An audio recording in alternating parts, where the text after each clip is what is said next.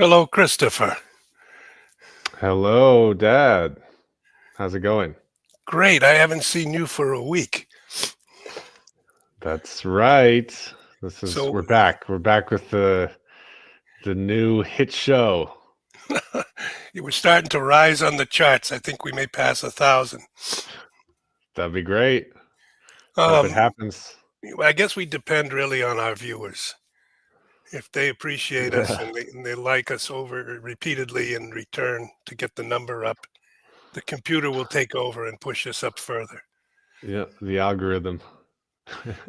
So, why are we doing this conversation? Is it personal reasons or do we have some overarching plan?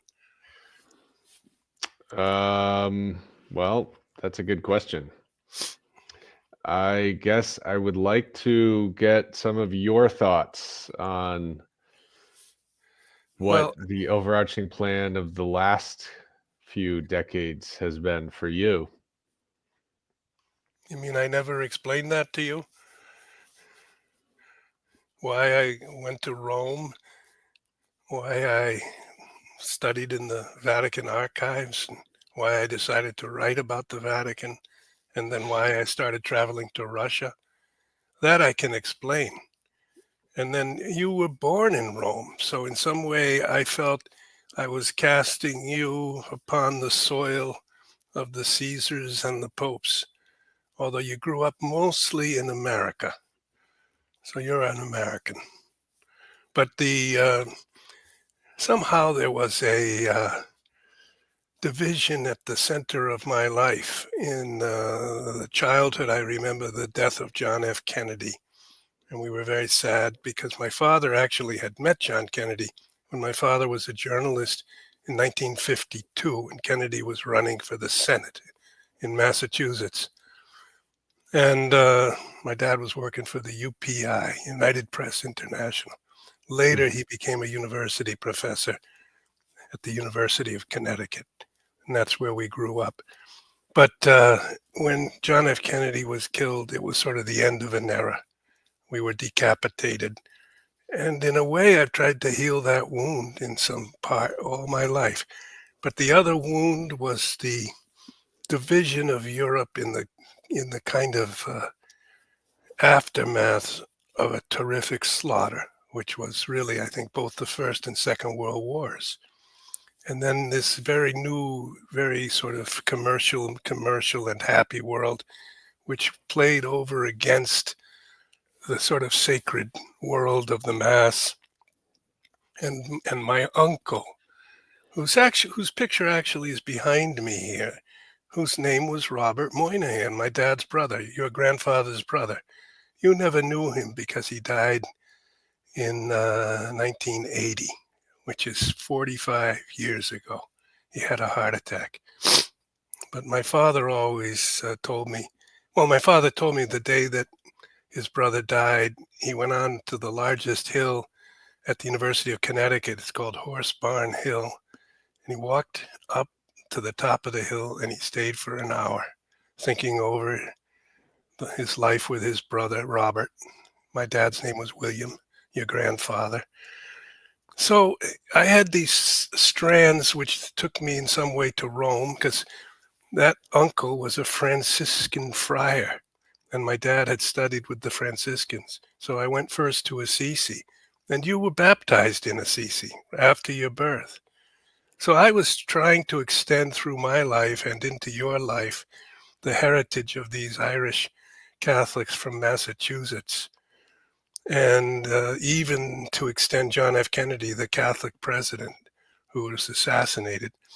And then my this man behind me, Robert Moynihan, had fought in the South Pacific in the Second World War on the USS Hornet, up from Australia, more or less, all the way to Japan, almost 2 years. And he was a gunner. He's the only, as far as I know, the only active service, military service U.S. Marine who became a Franciscan friar. And I always was impressed by that. He, uh, he was a man with a heart of gold. But did he?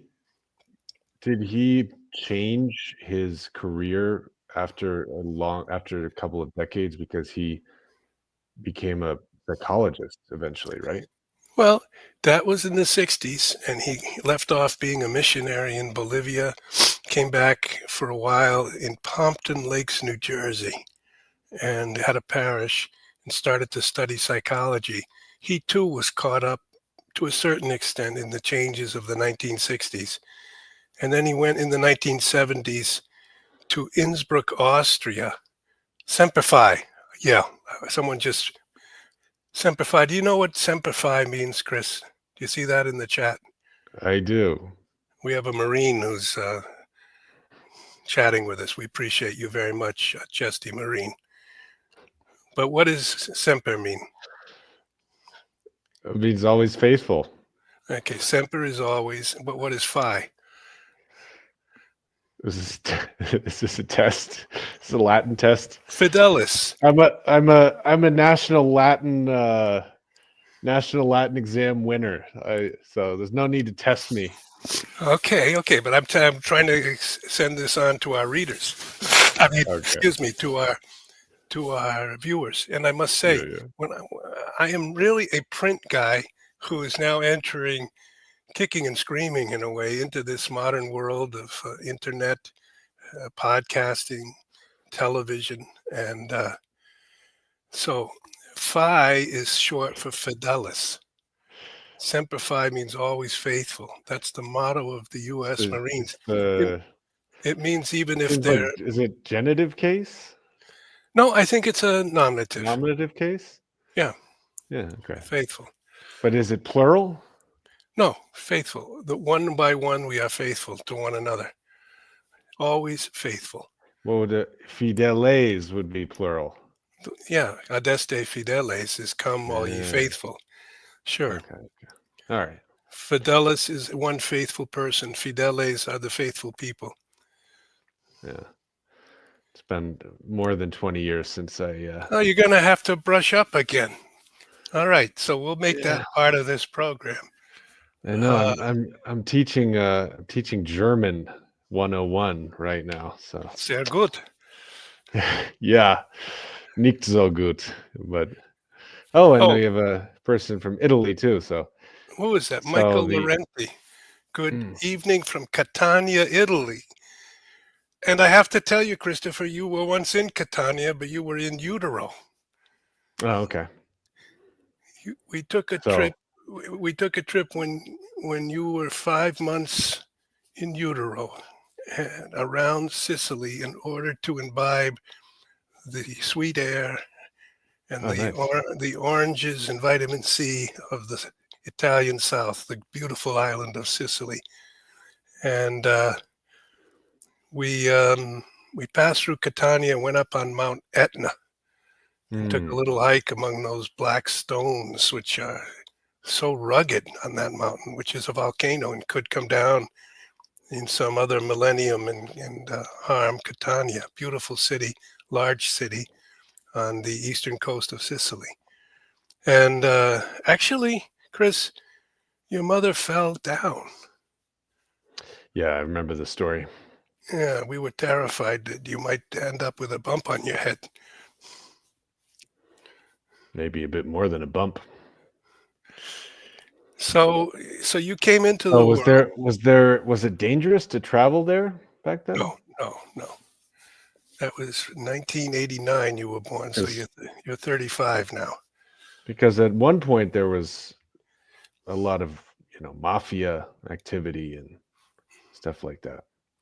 But Well, maybe generally wasn't so. speaking, these things occur among people who have different territory and some simple young couple passing through to look at the old amphitheaters and churches are not really involved in any such things.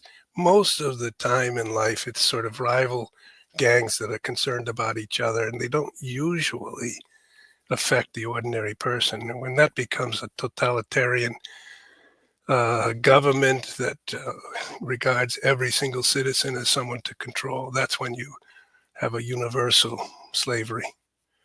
Well, Michael says it still is mafia. We may have to have him on the program and tell us how that works out. Yeah, I mean, I just remember going to Naples, and Naples is a very different type of atmosphere from Rome. That's all.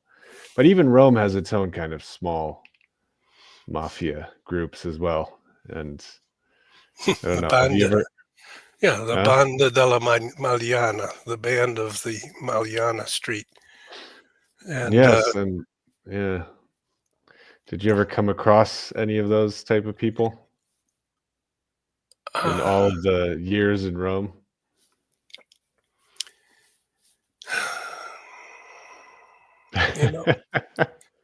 you know, I could say one thing that I think could become a cornerstone for this podcast. Uh, I'll say three things right now that can be three corners of a four sort of. Square? Yeah, and I guess actually I'll say four things, and so they'll make the four cornerstones of our debate. The first Mhm. thing: those who talk don't know, and those who know don't talk. Mm. I don't So know what so what does that make us? I'm just kidding. those who Oh, talk but I don't. agree with that. I agree We're with that, though. talking, we're talking, and so we don't really know. Yeah, yeah, Nobody listening should imagine we really know very much. But yeah, when we do talk about what we have seen and heard with our own eyes and ears, to that extent, we know something.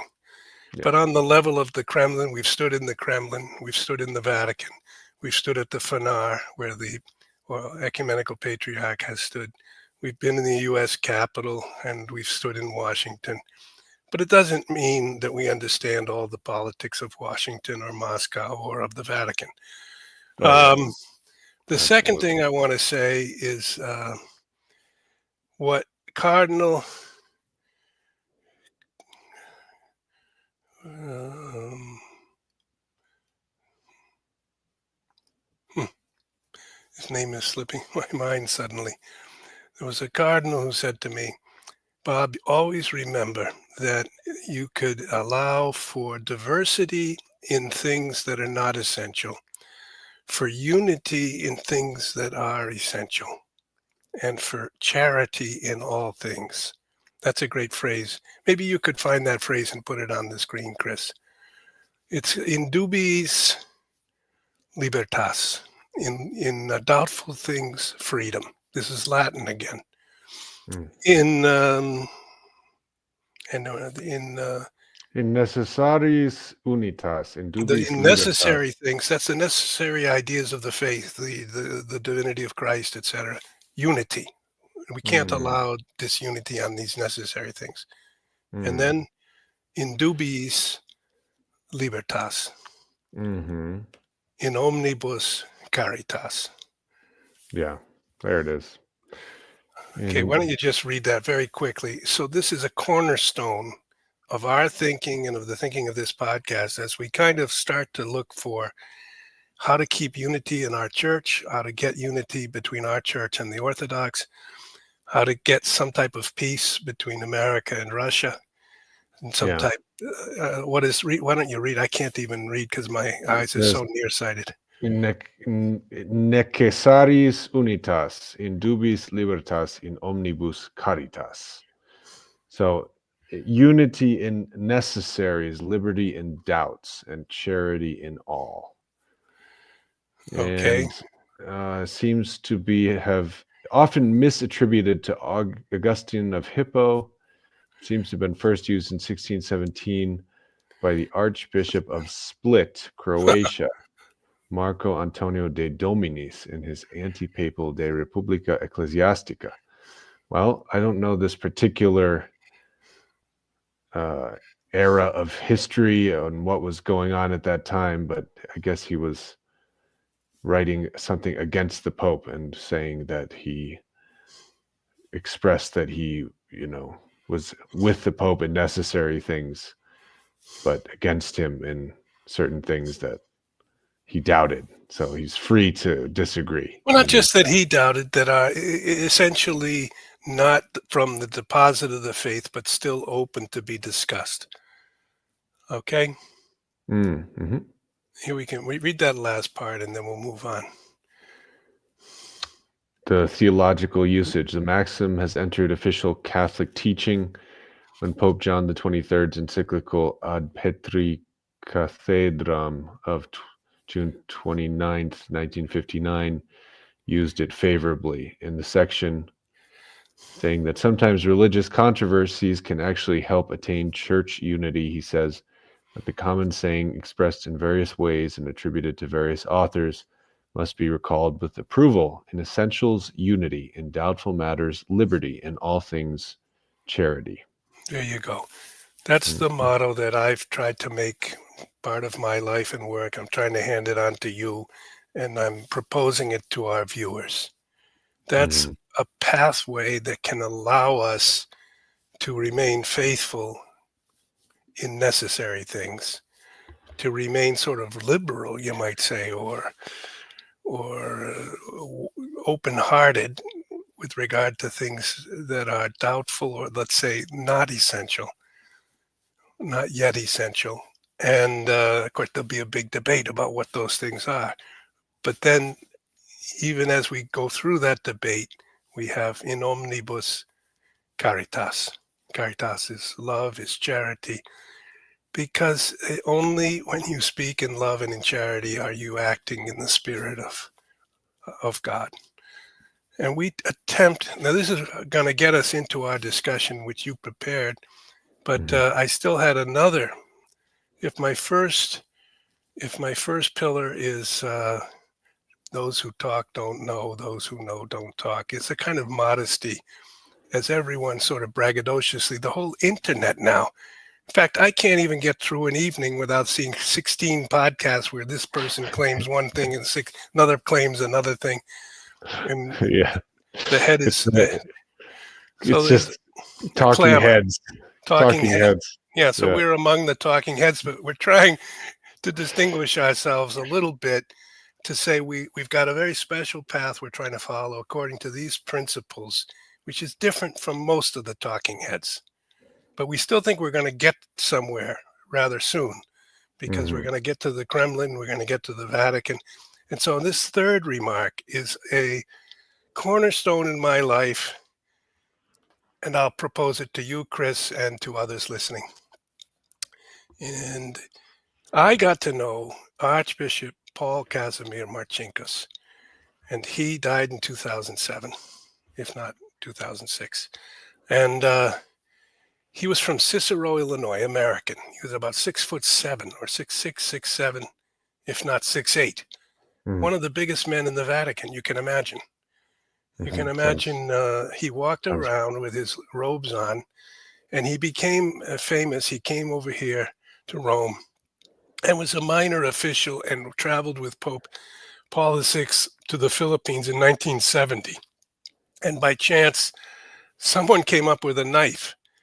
And of course, I can't even say whether it was by chance or not, but how well planned. Was it one crazy man or was there a larger conspiracy? But anyway, Marcinkus reached up his hand, stopped the knife. It was just a foot or two away from plunging into Pope Paul VI. And from that moment, Paul VI, and then later, actually, John Paul I and John Paul II, they all gave a certain respect to Marcinkus, a certain affection, because he had saved the life of Paul VI with an act of courage. He actually reached up against the blade of a knife. So when I came in the 80s to start covering the Vatican, my editor said, go talk to Archbishop Marcinkus, who had been made the head of the Vatican Bank. So I thought, well, that'll be interesting, complex, controversial, maybe even dangerous. I just have to be very calm. So I said to him, I don't understand banking. And he said, I don't either. I said, oh. And I said, well, what are you doing? He said, well, I'm presiding over an operation where others advise me. So my first understanding is really, and I was just over 30 years old, more or less your age. And I said, how am I going to understand how the Vatican functions if the guy at the top of one branch tells me he doesn't understand it himself? And I said, well, I have to see that things are often not what they appear or what you might imagine they would be. And he said, I'm presiding over what other people tell me to do, hopefully with reason and with logic and with goodwill. And he said, often I feel that I've made mistakes, but often I was advised to do things that I agreed to do. So I developed a friendship with him, and I wrote articles about him because he was accused of terrible things, of being involved with the mafia, etc. So when Yeah, yeah. you earlier asked me, did I ever encounter the mafia, I didn't reply. Remember? But he Yes. was he was considered to be a key mafioso figure, Hmm. and I met with him almost every day for months. Yeah. And then he told me this, that, and the other thing. And he was if he'd left the Vatican, he was going to be arrested. And he told me, I'm staying in the Vatican now for some years. And then Why was he going to be arrested? somehow involvement in the crash of a bank in northern Italy called Banco Ambrosiano, which went down with 1.3 billion in debts, and it had Hmm. somehow seemingly double-crossed other bankers in England and London, etc., and somehow maybe been the conduit for funds that were secret or maybe being washed, if you use that word, money laundering. And somehow this man who had run the bank had been a close associate of Marcinkus. His name was Roberto Calvi, whom, of course, I Hmm. never met. He died in 1982. He famously was found hanging by the neck under Blackfriars Bridge Yeah. in June of 1982 over the Thames River. And, and there's an old saying that among the Freemasons that he will die, near the sound of running water and with bricks in his pocket. And he had bricks in his pocket. So some people thought that he had been killed and hung. The British authorities originally said this might be a suicide. But Chris, I later went to that bridge in London, visited London, went on a pilgrimage, Thomas More, etc., the Tower of London, but walked along the river until I came to the place where Roberto Calvi had hung. I said a prayer for the repose of his soul, and I looked at it, and the bridge is a big arch there, and there's girders, and there's a picture of him hanging there somewhere on the internet. And I said, he could not have gone hand over hand with bricks in his pockets and then tied a rope around there by himself. I was persuaded it was impossible. So I think he was killed, Chris. Sorry to bring such a thing up. Yeah. Yeah. I remember you saying one time when some person we were chatting with in Italy was talking about all of the different sticky situations and shady things that they were, claiming the Vatican Bank was involved in, but you replied and you said that it was no matter how shady something was, it was still important to have a certain level of like sovereignty. Because if you didn't have financial independence and you had no independence, no real independence to speak of. Absolutely. So it's like a kind of a double-edged, to Well, have people to have like outside oversight seems like it would be good in many ways, but also it would definitely decrease the amount of actual, sovereignty that the Vatican would well, what have. I'd like to propose is that each of the people watching provide to you and me complete access to their bank accounts, credit card accounts, and all other accounts so that we can determine every single thing they do. Would everyone watching Just be happy to give that information to us? just to make sure everything is transparent Yeah, exactly. and So, moral. Yeah. I mean, this is where we have the problem of the fallen nature of man. We also have the problem of the double nature of the church being both holy and human. And we also have the further problem of the liberty of the church, which I suppose might be the fourth column. You may have touched on my fourth principle here, libertas ecclesiae. What would that be, Chris? Sorry, reading a comment. Oh, what's a comment? Someone said, "I'll send you my bills if you like." Funny. Great. Oh, and is this, but yeah, libertas ecclesiae, the freedom of the church. Okay. The freedom of the church, meaning if the church is a special manifestation or presence in history of Jesus Christ that continues over 2,000 years, his body, his mystical body, it cannot be controlled by ordinary and non-Christian people. It has to be free, and above all politically, but also financially. And therefore, the church has always sought to have its own territory, and was very happy after, between 1870 and 1929, had no territory, Christopher. Remember that period, that interregnum I between don't, the yeah, but I'm actually not so certain about the political status of the Vatican at that time, like during those had no international or national status, although there was a kind of treaty, a kind of peace agreement after the Vatican and Rome was taken over in 1870 from the Vatican City State government, which had been in place for 1,400 years. Yeah. This was called the Risorgimento. That's why we have Yeah. Piazza del With Gar- Risorgimento. yeah, Garibaldi and Yeah. And the Victor Vatican, Emmanuel. yeah, the king was figurehead king, and then a civil government. And that was the creation of Italy. Italy didn't exist until 1870. And it required the death of the Vatican City States for Italy to be united.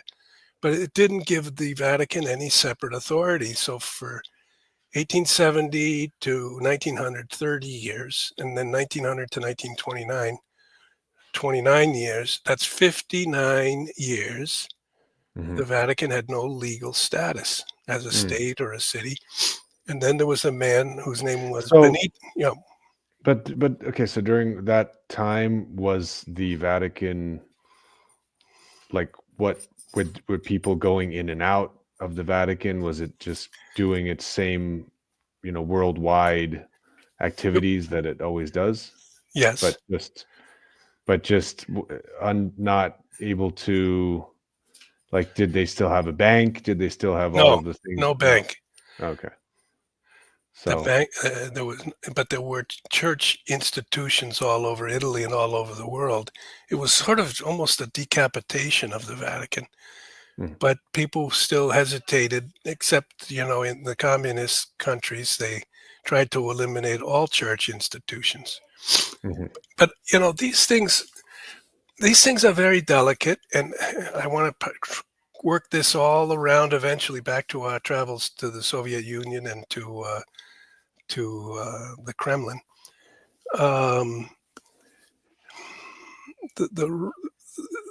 The church and human life is meant to be lived in the world, but not of the world.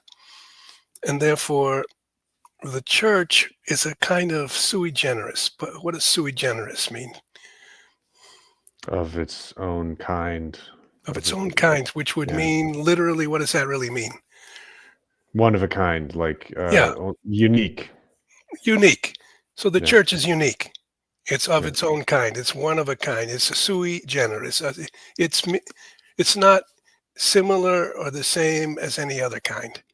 It's a unique thing. And that uniqueness is this combination of the divinity of Christ. It's really the same as his nature, both human and divine. The church is both human and divine. And in his human nature, he was able to suffer and to die, and the church is able to suffer and to die. And over these 2,000 years, the church has suffered and sometimes died in human terms. But he was able to be raised up, and he had an eternal soul, and he had a connection to eternal Father. and therefore, and he was eternally holy, and therefore death could not hold him. Therefore, he could conquer death by death, which is, these are things that boggle the mind. Our mind can't comprehend these things. These are mysteries. But therefore, he started a process with his conception, with his birth, with his life, with his death, with his resurrection, something new, something sui generis. And for the first 300 years, just about 283 years, the church was persecuted, and it had no worldly authority and status. And a lot of Protestants say then came the great sin, or the great fall, which was Constantine's conversion and giving to the church a certain worldly authority and power. And then when the whole Roman Empire fell, the church put on its shoulders, almost as a special mantle, all of the work and authority of the Roman governors. And dioceses were the name of provinces in the Greek world. So the church's dioceses reflected provinces of the Roman Empire. And therefore, the church inherited in some way, in earthly terms, the government of the Roman imperial world. And this stretched down through the centuries. And so the emergence of the city states and then the countries of France and England and Germany, etc., brought about a new phase in history. And then finally, that phase led to the definitive end of the what we call the donation of Constantine, the gift of Constantine, which had been, Constantine said, I'm going to move my imperial capital to New Rome, Constantinople, and I will leave you, Pope Sylvester, with my gift to you, my donation of Constantine. A lot of people think this never occurred, but I actually have a scholarly friend in Rome who thinks it did occur. But that there was actually a donation of Constantine. But in any case, I don't want to argue that right now. In de facto, the church started to exercise a type of temporal political power, and it really started to exercise it after the fall of Rome, because there were no other surviving, vibrant authorities. That was what we call the Middle Ages. And the Middle Ages are ages between two things. What are they between, Chris? Roman Empire and modern Precisely. modern So times, modern okay, Europe. so we have to determine when the Roman Empire ended, which would be the beginning of the Middle Ages, and when modern times began, which would be the end of the Middle Ages between Rome and the modern world. And a lot of people have disagreements about when that falls. When would you say Rome ended? Well, I When would always thought it was interesting how there were many successor states and empires to the Roman Empire, like the Holy Roman Empire, right? the even the Russian, Yeah, the Holy whatever Russia, the Russian czars. Okay, Russian czars claimed to be the third Roman Empire. Even the Austro-Hungarian Empire was the successor of the Holy Roman Empire in some sense. They yeah, claimed to be some type of imperial, the Habsburg Empire was like claiming to be the imperial successor of the Holy Roman emperors on some level. I'm not exactly sure how. So that lasted all the way till 1914 or 18 or 1918. But that's not really what you're asking, I guess. That's well, saying with like the actual ancient Roman Empire. And if that, I mean, a lot of people say 476. why did they say that? 476 is the sacking of Rome by either, I think it's the Vandals, No, the Goths. well, actually, Goths. no. It was simply the renunciation of the imperial throne by the last Roman emperor, Romulus Augustulus. And in 476, which we remember because it's like 1776, exactly 1,300 years before the United States declared independence, Rome, Sack of Rome was 410. My bad. right, Alaric, right? Yeah. Yeah, which was When you bring it up. right in the middle of Augustine's life and Jerome's life, and they wrote, Mm, and Rome burned 410. mm, So in a way, some people say, well, already in 410, it was clear that Rome was on the ropes. It was like the ninth round of resisting barbarian invasions. It was groggy, and it was sacked by Alaric. The Roman yeah. military could no longer defend Rome. And There's who a whole lifetime of one individual lifetime between that and then the actual read renunciation of the Roman right? Empire. Yeah. So, so the 400s we might call the sort of autumn of Rome. Uh, what do we Very got late here? autumn. Sack of Rome, 410 by the barbarians, Okay, the Visigoths led by their king Alaric. okay, 410, and all the world groaned to Yeah, hear the Saint news. Jerome. Saint Jerome, living in Bethlehem, wrote, "The city which had taken the whole world was itself taken." Okay, So, now can you imagine? We, of course, complain about our time and certain tragic decline of our culture from what it once was. But the Romans had that same experience. And there was kind of a double helix between the pagans who still clung to the idea that this Christian religion was even a negative, maybe had contributed to the decline of Rome, and the Christians, like Augustine with his City of God, City of Man, saying Christianity was the defense of all things that were culturally and politically good and stable, not the enemy of those things, and that the Rome had been extended in a sense for another 100 or 200 years because it had embraced Christianity. And this is really a kind of fundamental political theory question of the relationship between religion, church, and state. And we have this again today in America. How much freedom should religion have? And there's an extreme position of religion should dominate, religion should rule, and we have the idea that the kingship of Christ, the social kingship of Christ, his teachings. In other words, we shouldn't have uh, supreme courts and law systems to adjudicate and make new laws. We should just have religious law because this is the highest law, as my uncle, whose picture is behind me, used to tell me because he also studied canon law. And my grandmother yeah, once, hmm? a kind of theocracy. A theocracy, right? And we somehow in the genetic code of the United States, which has a profoundly Protestant element, there was John Carroll of Carrollton, but everyone else was either Protestant or Yeah. deist. Some speak of Freemasons, Yeah. and therefore the United States, in its genetic code, which in a sense affects all of us who are Americans, and affects even you and I, Christopher. It's Yeah, part. we like to imagine that we could still have some little space that is not It, under it, the yeah, control of it's a secular. of a pope. It's a secular attitude, yeah. And in Yeah. a way, there can be Catholic thinkers, and this is ending up getting, yeah, to John Courtney Murray and religious freedom. He was a Jesuit, prominent at the Second Vatican Council, bringing in this American idea into the church, which may have echoes even now in this synodality process.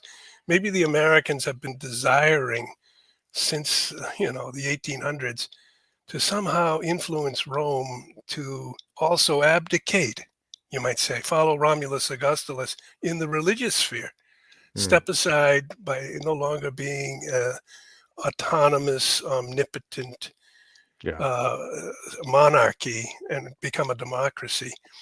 We nevertheless feel, I believe we feel, I'm confident, but there's certainly people who are opposed to this, that this is intrinsic to our doctrine, to our religious belief, that the Pope responds only to God, only to Christ. He's Christ's successor. Therefore, he should have total authority because he will draw the line. We can trust that he will do that. But once we start to have a council, a kind of decision-making power divided. People then could be corrupted. They could be bought off. It's safer to just have that soul of the one man, the mind and soul, who could guard us from the temptations that occur to humankind. And therefore, there's a danger in the democracy idea. Do you follow me, or maybe you disagree with me? No, I don't disagree with you, but I don't agree or disagree. I guess I just think that it's risky to give in terms of a political, not not religious maybe, but just political system. It's risky to give one person all of the power. That's my view.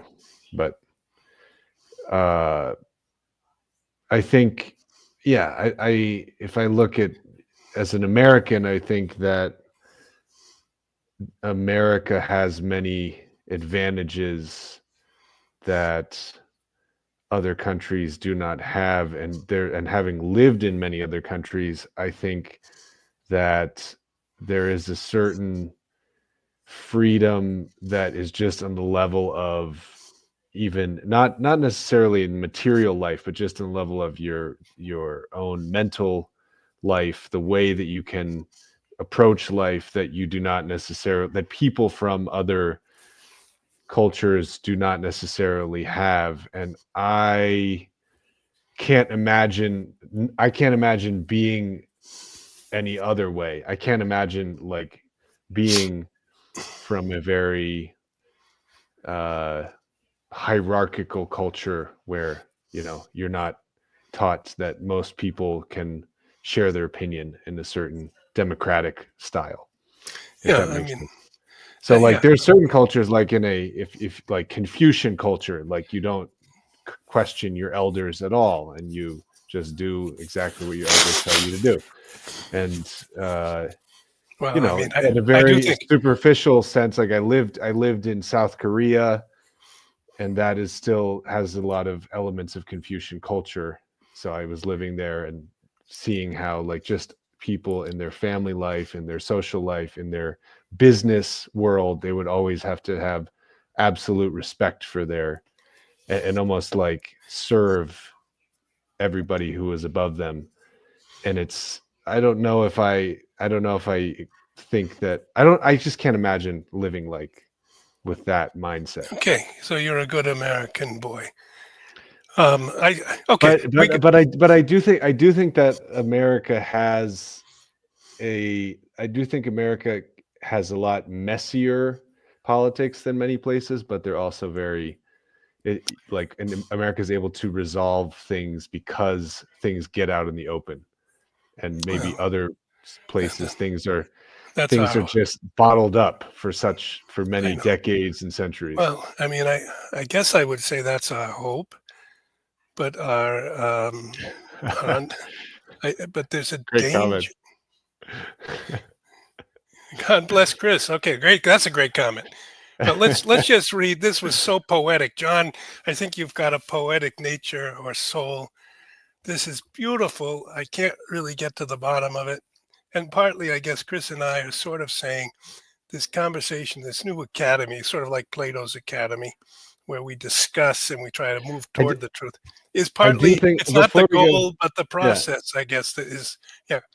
I do think there's something unique in the new world. Like I think that the new world came into existence even though there was all of this huge suffering of historical clashes between the Spanish and the Aztecs and everything that happened.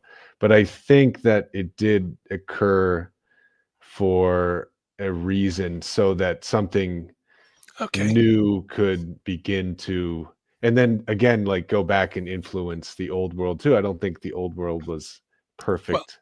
I I don't think guess, there's ever been any perfect society, I guess, but okay, all those things you're saying. First, thank you for saying that you think something new. It's very hopeful, it's very youthful.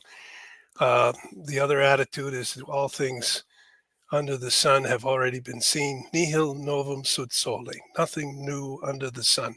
In other words, a kind of ancient sort of sad weariness can say that you are being optimistic. And then you added, though, that no human society has been perfect. So even this new society that may be formed now, and I have a healthy skepticism too, because they're arguing they're finally going to get it right, get this computer Yeah. artificially intelligent, and it will be the billion times smarter than Plato, Aristotle, and you and I, and it will propose how each of us should live and what we should eat and what we should think. And it seems suddenly to me that that is the Leviathan and the beast, unless it has the God's soul and holiness in it, which is excluded because it's a secular project. So there you go. But But can John I B. can I say one more thing? Yeah. No, no, go ahead and read that, and then I'll say my. Well, we have to read the poetry of John B. Away. Oh, can you read it, Chris? Because my eyes, it's not clear to me. The way to God is as hidden and secret to the senses of the soul as are the footsteps of one walking on water, imperceptible to the senses of the body. Whoa. Well, Chris, let's parse this. Let's take it phrase by phrase. What does he mean by the way to God? What is that way? Who is that? Someone going to when he's going to God? Who is someone going to when he's going to God? Yeah. What does he mean the way to God? Well, he's saying it's hidden in secret, so I don't know. Well, what is God? Or who is God? I can't answer that question. How would you gropingly begin to answer it? What would he not be? Would he be a stone? uh, Would he be a statue? Would no, he I mean just the consciousness that is far more just okay. completely all encompassing. By consciousness you mean personhood. Yeah, yeah, some type of consciousness that is just far beyond our ability to imagine it. And wasn't there a man named Anselm, Saint Anselm, who said, God is that which then nothing greater can be conceived? Yeah, Well, I think so. so we think of things that are greater in size, like the greatest mountain is Everest, or in time, the longest living human creation. I don't know. We don't say the pyramids, but we say, so we look for the longest, the greatest, but these are all temporal categories. What would we say is the category that distinguishes God? I guess I'm indicating something beyond space and time, a category that's Something not that limited. something that created all of this Well, and in time, everything passes away. Everything. So God would be that which does not pass away. It would be eternal. Would be a Mhm. characteristic of God. And then we all have personalities, but God would have a kind of super personality because each of us is limited. He would be all knowing. We know, but he knows all. And we sometimes are good, sometimes charitable and kind and loving, father to son, son to father, Mhm. uh, brother to brother, friend to friend. So we know this exists. We've experienced it. But God would have that type of love that is everlasting, that is always faithful. In other words, he would be good. Uh, uh, Mhm. because if we thought there would be a bad God, we'd say a good God would be better than the bad one. And God is that which then nothing greater can be conceived. So somehow we have categories in our judgment and mind which lead us to reject everything that's insufficient to receive our Yeah. respect, worship, and adoration. Yeah, as you said though, the ones who know cannot say, and the ones that speak about it don't really know. Except that the entire claim of Christianity is that we have seen, come to know, touched with our hands, a kind of presence which is eternal and connected to the Father, and therefore we have come to know. This is the very claim of the Christian faith. Mm-hmm. So we both know and we don't know. Okay, well, John is advising us there's something hidden and secret in this way to God. And my dad, your grandfather, always would say, Deus absconditus. He said, our God is the hidden God. Our God is the Deus absconditus. Absconditus simply means hidden. It's the same word John is using here. The way to God is as hidden and secret to the senses. He says the senses of the soul. Actually, I have to object. I do have sense the delicacy of that phrase, but our senses are the senses of our body. But I guess he's saying by comparison that the soul, by metaphor, that the soul has senses that reach out sort of in the groping way we've just been describing. What is the best? What is the holiest? What is the most eternal? What would be the most divine? Because false gods have always attracted human beings, and they're very much attracting us again today. False gods, idols. But anyway, let's read it again and see if we can get it a little further to the meaning of this phrase. The way of God is as hidden and secret to the senses of the soul as are the footsteps of one walking on water, imperceptible to the senses of the body. What is he referring to there?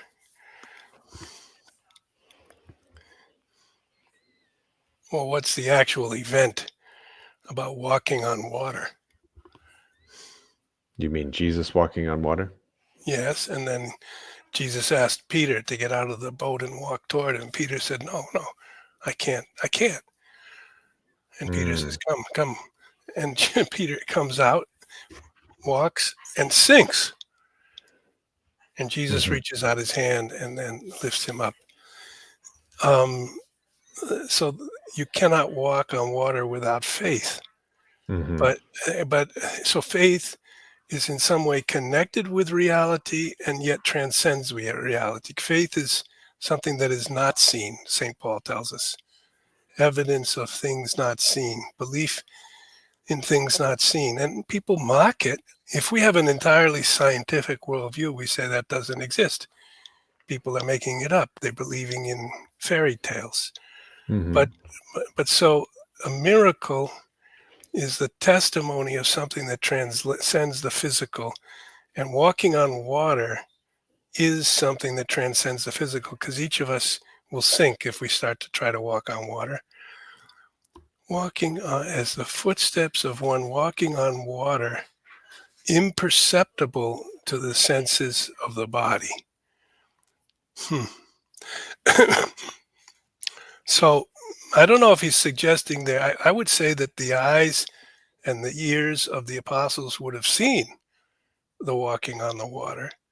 I don't know if he's suggesting that these were imaginings, but I think they actually were perceptible. But in some way, did something ever happen to you, Christopher, where you say, I'm in a terrible jam, God help me, or please help me, and then suddenly you're out of the jam and you say to yourself, oh my God, I received a miracle. I'm so grateful. And then suddenly the thought comes to your mind, well, maybe it was just coincidence.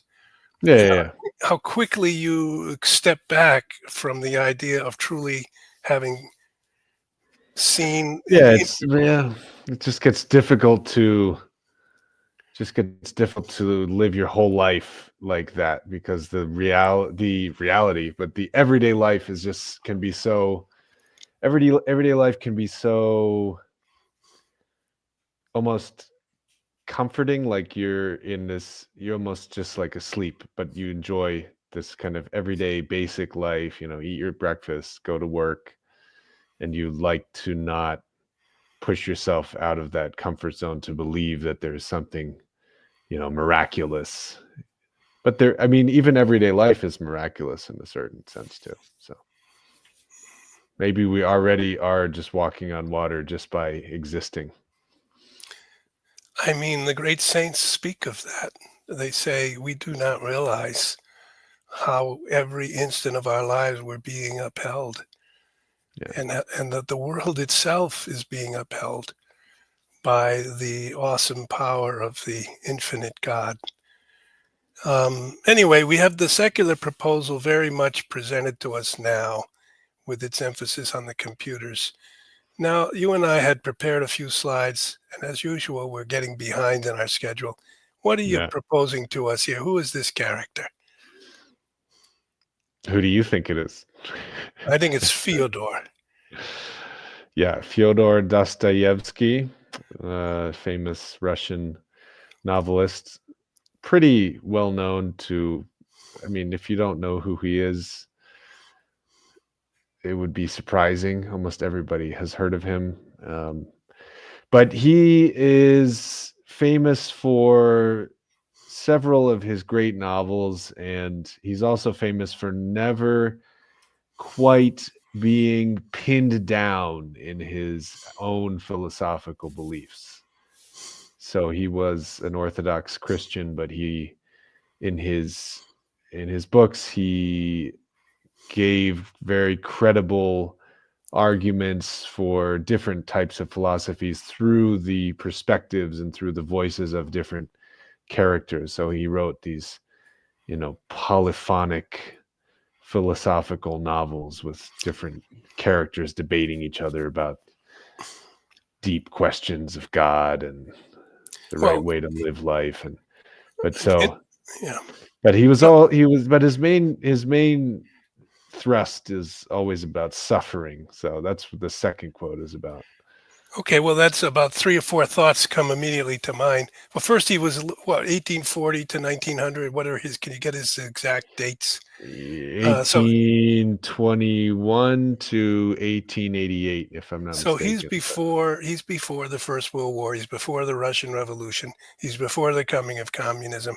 He's the last sort of preeminent, or among the handful of preeminent great writers. 1821 to 1881. He died at 60. Yeah. Yeah, I visited his study in St. Petersburg, and I felt, Yeah. privileged to stand stand in those spaces. Yeah. Um, Yeah. Me too. so when you say he was a little bit uh, unclear about his own positions, I think I would question that. I think he was quite clear, but what makes him amazing and great is that he was able to show how the path, just like John's quote was saying, the path toward a conclusion and an acceptance and an embrace of a faith and of God is a secret one. He Mhm. allows all the arguments, say, Yeah. he's the one who Yeah. created the Ye Grand Inquisitor, Yeah. right? The Grand Yeah, Inquisitor. but his when he puts his words in the mouth of the Grand Inquisitor, you feel a certain, uh, level of not sympathy, but it some of it you're like, "Okay, that I can understand why that character is the way that he is."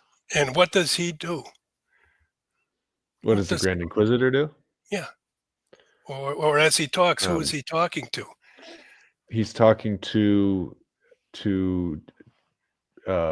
I guess it's supposed to be Jesus who was Right. kind of returned to the Yeah, Jesus return has to returned, and really, it's almost a yeah, description of the second coming of Christ. It's a story Dostoevsky made up. He said, "Imagine Jesus has returned," and the yeah, Grand Inquisitor hears that he's preaching the same things Jesus taught about the kingdom of God and the narrow path.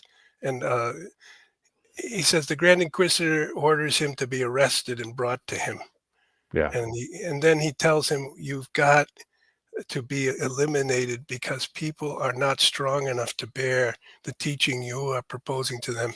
And we need to have a church with very clear rules, with yeah. prayers clear."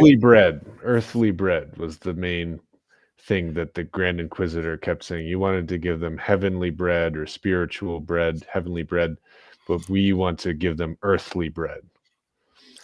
Even as they are the representatives of the church, which is supposed Yeah, to be carrying Christ's message. In other words, it describes a corrupted church, secularized, using the trappings of the faith simply to be a human institution. And in a way, what Dostoevsky almost is predicting in this, what's going to happen in Russia with the coming of the Mhm. Communist Party, which will try to give earthly bread and deny any reality to the mystical bread that the church still was producing, but it was now 2,000 churches were dynamited, etc. So, oh, oh my gosh. So that's 10 years ago, and that So is yeah, the Dostoevsky. I guess a big part of I read Dostoevsky. I read the Brothers Karamazov when I was, I don't know, 14 maybe. And I just remember the three brothers. First was a kind of sensualist. He's just slave to his own passions, and he, you know, is a kind of an alcoholic. He drinks, he gambles, and he has that's different, Dmitri. different affairs with. He's married, but he has various, affairs and love affairs, and and then is convicted of killing the father in the end, even though he's maybe didn't kill the father, but his reputation is just as someone who's out of control. And then the second one, Ivan, the second brother, who is an atheist, very intelligent, and He's sort of the is communist ideologue in the end. yeah, he's the one who wrote the Grand, and he's the one in the book who writes the story of the Grand Inquisitor. So he rationalizes that everything has to basically occur in this way, like because religion and spirituality is not real, and people need to just realize that and get on with their lives and try to just find their earthly bread, as he says. And then the third brother is this innocent uh Alyosha. He's actually a monk, and then he kind of becomes a little bit disillusioned because the his superior dies, and then people who had respected his superior so much begin to disrespect him because his body is not incorruptible, and so he has his own crisis of faith. And so yeah, the whole book is about different approaches to these Yeah, don't people questions. And say, okay, first of all, this is inside the Kremlin, actually. yeah, Okay, that's a Kremlin office building in the back with those orange walls and rows of windows just in well, so front of it. yeah, but maybe before we end, like, we should go into what was going on during this time. What were what were Well, all these trips well, I mean, I mo- suppose. going towards? What was the idea of all of these trips? Well, first of all, I'd say those three characters Dostoevsky wrote about, Dmitri, the military man, Ivan, the intellectual, and Alyosha, the spiritual man, the monk, the three brothers, represent the three parts of every man's soul. Dostoevsky was saying each of us has within us possibly those three spirits, as it were. Yeah, and then there's the illegitimate son too, the Smerdyakov or Smerdyakov, he's almost he's just a complete creep. And yeah, I so mean, yeah, and I guess the message of that is what we're doing. We went to Russia in part because we were deeply affected by the idea that we would have a nuclear war, that the Russians and Americans, or first the Soviets and the West, then Russia and America. Oh, Jessica Zafra, hi. Jessica, are you watching? I had no idea. Okay, great to see your name. Um, so this was the message also of Fatima too, which I heard when I was a child, that in the end Russia shall be converted and a period of peace will be granted to the world. It's called the triumph of the Immaculate Heart. Now, therefore, Russia, which under people like Dostoevsky still had churches like this one here in the middle of the Kremlin. This is one of the 5 churches in this piazza, which is the center of the Kremlin, by the way, folks. we're at the center of the Kremlin, Yep. which is a kind of citadel or castle. Yeah. And The fort. Yeah. I guess we would say we wanted to try to help in whatever way we could in our writing and travels to increase knowledge, to make friendships, go forward almost as pilgrims, to participate in the process which would lead to peace in the world by accomplishing what would be some sort of incredible, miraculous conversion of Russia. And then here we are. Oh, this is Turkey. Oh, this is the Black Sea or the Bosphorus, and we're going to Constantinople. And Yeah, I mean, so we should give some background though, because this was the okay. You give some. Yeah. this was the first year that there was the pilgrimage for, I guess it was called the Foundation Pilgrimage. So it was going to Eastern Europe. So we went to Russia, then we went to Istanbul, Constantinople, as the Greek Orthodox Church would call it, and then Rome, and I guess there was an interest in this ecumenical work. That was the main idea of all of it, the ecumenical, because you were doing all of that for many years even before this, but people started to become more interested and then wanted to even travel to Russia, travel to Ukraine, and travel to Turkey, which is Islamic country, but there's still the center of the ecumenical patriarchate in. Well, I think between us there in the background, I'm not sure though, I'm not positive, is Constantinople. Yeah, or Halki. That might be Halki Island, but yeah, we're going either to or from Halki Island, which is where they had the monastery. So our journey is more or less encompassing the last 1,000 years of church history, from Rome, the first Rome, to Constantinople, the second Rome. It was actually called New Rome for a while, and now called Istanbul back there. I don't know if it's behind us or in front of us. Yeah. This is the water in between. And you and I have traveled with other pilgrims, and the third Rome, so-called, which is just a tradition, a sort of a mythic tradition, is Moscow. Oh, so here we're now in Vatican City, but this isn't just Vatican City. Where is this, Christopher? This is in the Casa Santa Marta, the Dome of Santa Marta. Dome of Santa Marta. Yeah. Okay. So, but let's keep going, because I want to get to 26. I want to just do a couple more. So now we're another year. I want to get your thoughts on a couple more of these before we wrap up. So here you are again. This is a convent in Russia again. This is the next year. This is 16, not 15. And the kind of simmering war in Ukraine is sort of underway. Each year. Yeah. Each year, things just changed a bit more. Like 2015, the war had just kind of kicked off, and we didn't go to Ukraine in 2015. We went to Russia, Turkey, and Rome. But then in 2016, I believe we did go to Ukraine. So, both 2016 and 2017, we went to Ukraine. So, but in 2016, we had some interesting experiences because we went to the Sergeyev Posad. Sergeyev Posad is the monastery outside of Moscow. And here's some of the people that we have as there's some of our guys that we met several times going to Moscow, and they're part of the theological seminary there.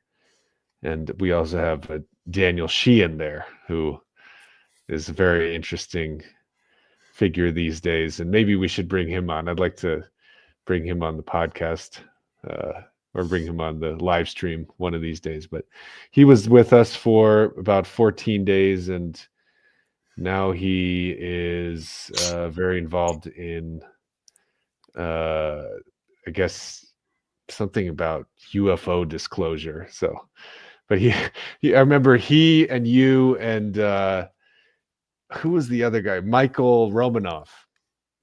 he and you and Michael Romanov were in a cafe or restaurant outside of Sergei Posad, and Michael Romanov was talking about the the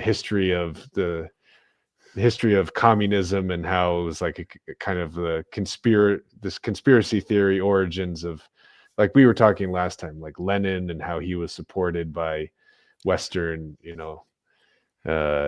banking funders who paid for him to go into the Soviet Union, and then Danny Sheehan was talking about UFOs, and then you were just sitting there like kind of nodding, and we were in the middle of this village in Russia. I thought that was it's a very interesting memory that I have of that particular year. So this other man in the lower left is Ted Bronson. He was a captain in the American Navy, Navy pilot. He flew more than 1,000 missions during Vietnam, and then he became a great proponent of the cause of Father Capodanno, who was a Marine chaplain who was killed in Vietnam in 1967, and he traveled with us several times. And let's go forward. We cannot go. Okay, this is Ukraine. Yeah, and then so this was the first. Well, yeah, and then also 2016 we were in Ukraine, but this is a second trip to Ukraine, 2017. Okay, most likely there's now been some bloodshed in this village, and these women have probably got some great sorrow due to the change. Yeah, this is in the little village outside of Kiev, and that's Christopher. Chris, go back. You're playing your guitar there. Yeah, and this is one of our pilgrims dancing, and these ladies, Ukrainian ladies, were singing old Ukrainian songs for us. Yeah, beautiful songs. Yeah, I felt like we had really amazing experiences there. I mean, we had really great experiences everywhere that we went, but we were definitely welcomed very warmly there, as you can see with these pictures of this is and then this is again right before, this is the day that we were leaving Ukraine going to Russia, and so we were going Oh, do you happen to have that little video of you singing to that little girl? I have a video of I do have that video. I have a video of me. All right, see if you can find that. That may be what we could end with, because I think people just have a limited amount of time. But essentially what we're showing, this goes back, you really want to know both American officials, including a man named Frank Shakespeare, who is the American ambassador to the Vatican, is very closely associated with Ronald Reagan, encouraged me to travel to Russia. And to put articles into the magazine about Russian Orthodoxy, Greek Orthodoxy, saying that the post-Soviet time was a time of opportunity for having closer relations with the Eastern countries, because the Soviets in some way had passed away, although they did also remain, obviously. And also Pope Benedict XVI, the secretary of John Paul II, Don Stanislaw Zivich, and John Paul II himself, those three, Benedict as Cardinal Joseph Ratzinger, encouraged me, you, and others to go in friendship, try to meet people, talk to people, and create the very small preliminary presupposition for friendship in the future after 1,000 years of rivalry between the East and the West, and after about 70 years of fear and rivalry between the Soviet and the West. So it was an initiative, hopefully prompted by the Holy Spirit, that we would start these journeys. And we're doing them again now in some way through these podcasts, also because it still seems, humanly speaking, that there could be the danger of wider and more terrible war.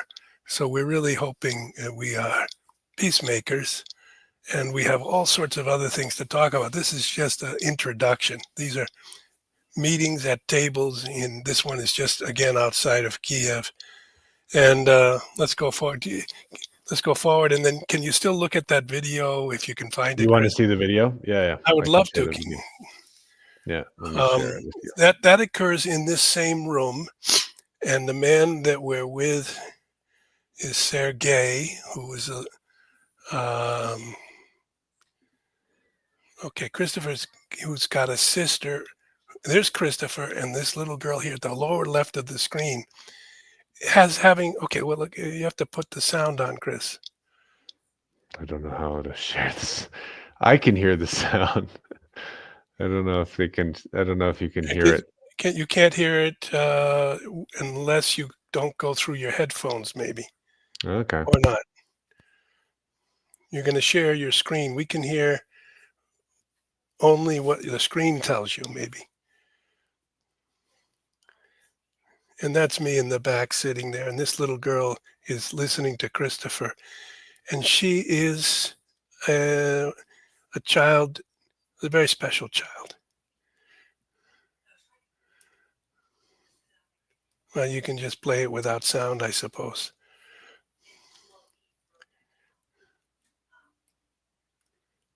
I can't hear you any longer, Chris.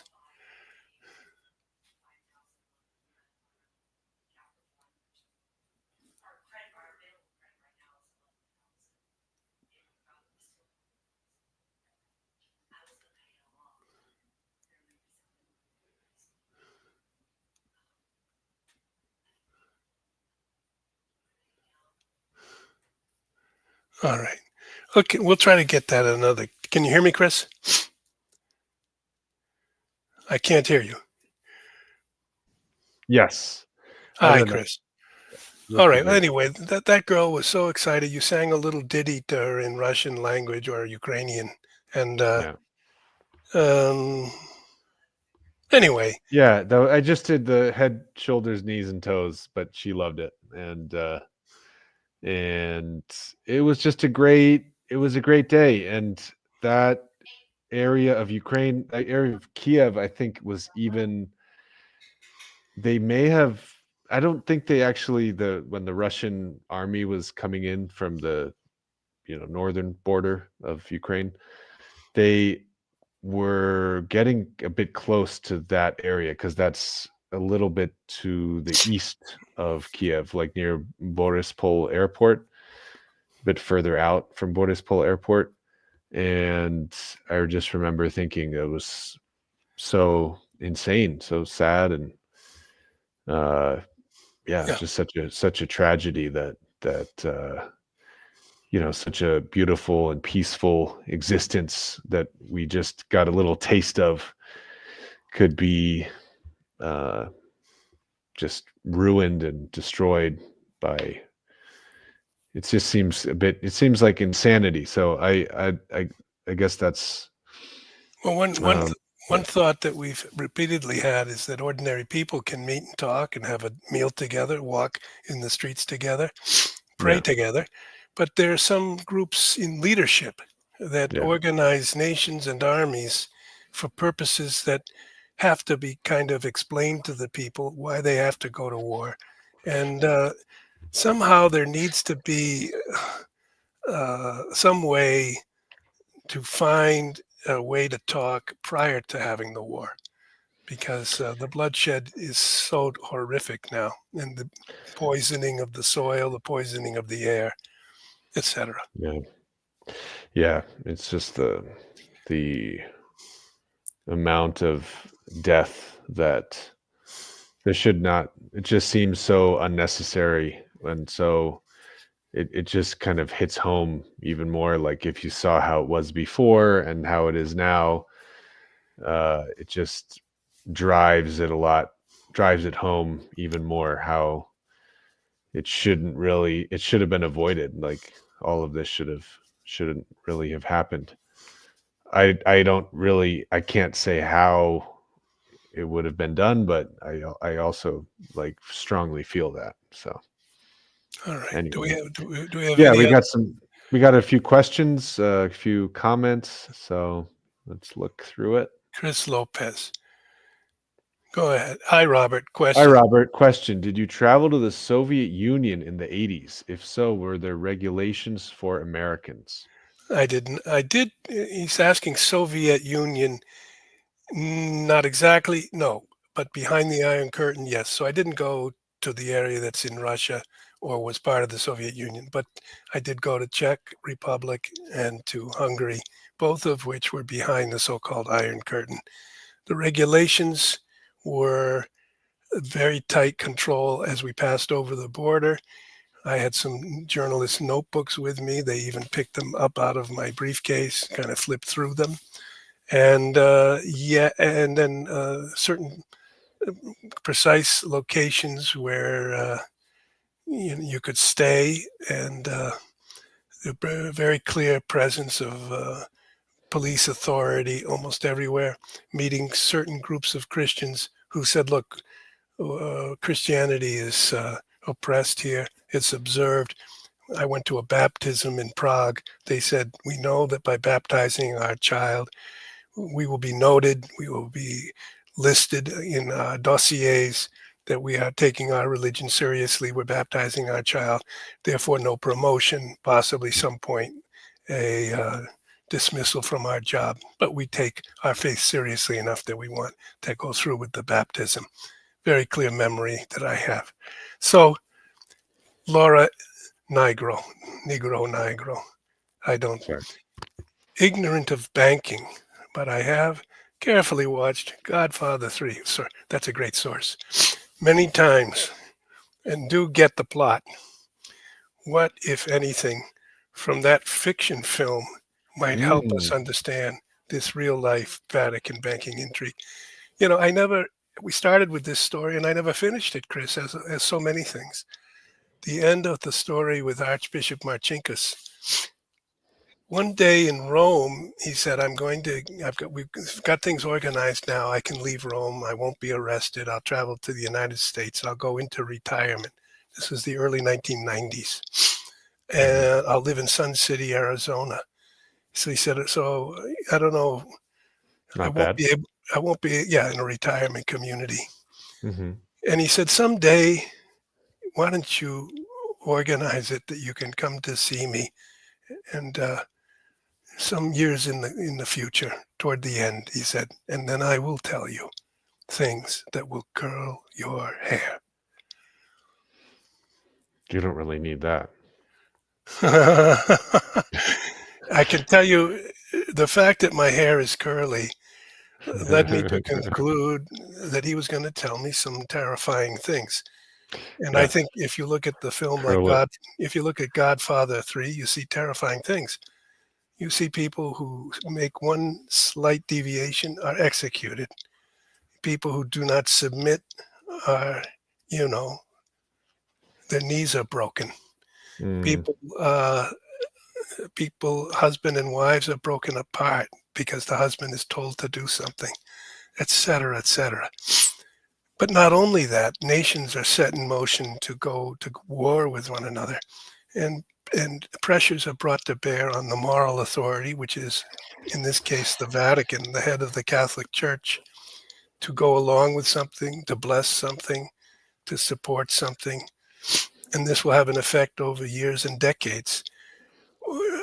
Well, I do not yet know. Okay, let me tell you what I did. I think I've told you this, Chris. I called him one or two times. He said, the time is not yet. I called him in the beginning of 2006. And I said, it's getting along in years. It'd be a good time for me to come. It's a new pontificate, Pope Benedict. Let me come see you. And he said, no. And then I was about to go back to Rome. And I said, I'll call him again the next day. And I called him. I said, listen, it's a great time for me to come. Let's not wait any longer. He said, okay, you're right. Fly out here to Sun City and we'll have a meeting this weekend. And that was in the first part of February 2006. And maybe it was the middle of the month. And I was preparing to fly out and I saw a newspaper or a some type of message in my email, which had started to exist by 2006. Archbishop Marcinkus has died.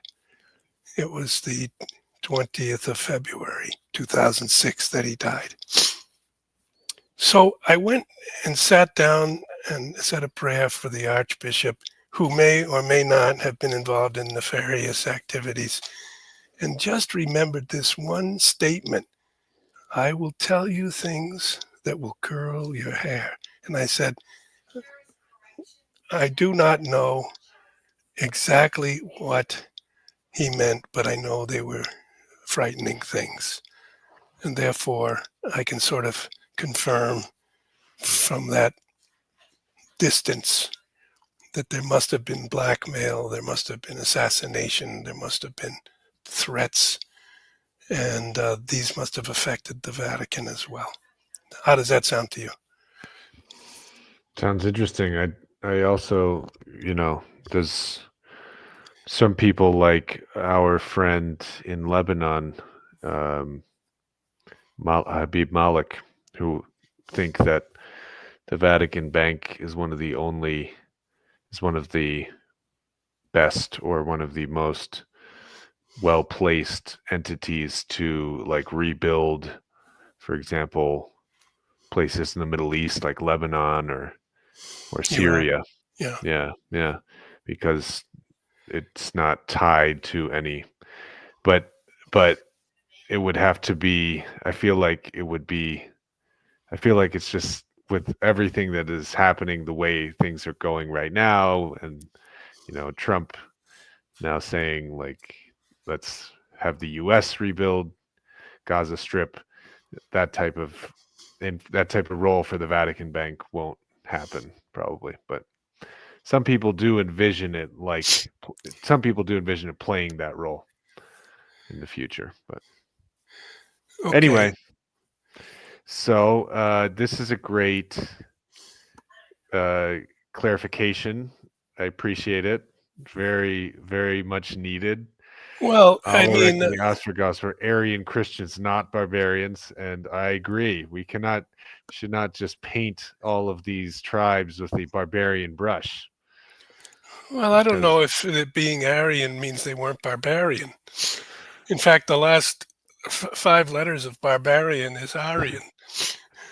But I think a lot of them did live many, many decades, if not centuries, on the borders of the Roman Empire. Anyway, Oh, that's precisely correct. Yes. So we don't even fully understand like the dynamics between all of these different. Like the Romans were somewhat, barbarian in kind of culture, Germanic or whatever in culture. They were so intermixed by that time, I guess, is what I would say. Not really being an expert on that period, but it would be a lot to say, but I do appreciate the fact that there had been a osmosis over the border. Christian missionaries and Christian beliefs had passed over the border and then along the border, so that these tribes, the Ostrogoths, the Eastern Goths, were not simply detached from the Christian civilization of the Mediterranean world, but was already begun to be connected with it. And so Marina's point is very well taken. And this was a useful point to remind us things are often more complex than the narrow schemes that we present. Therefore, it's a good thing to continue to study and to read and try to understand better.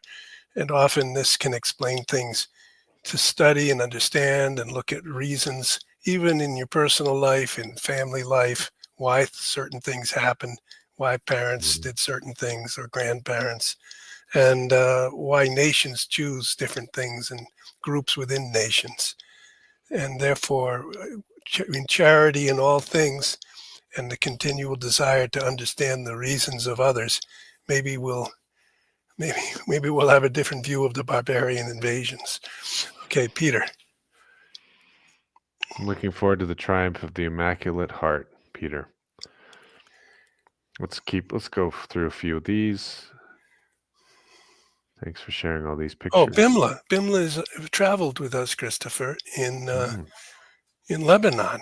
Bimla is wonderful Mm. to hear you. You have a wonderful daughter as well. She traveled with us. But wait, what did she say, Chris? I couldn't see it.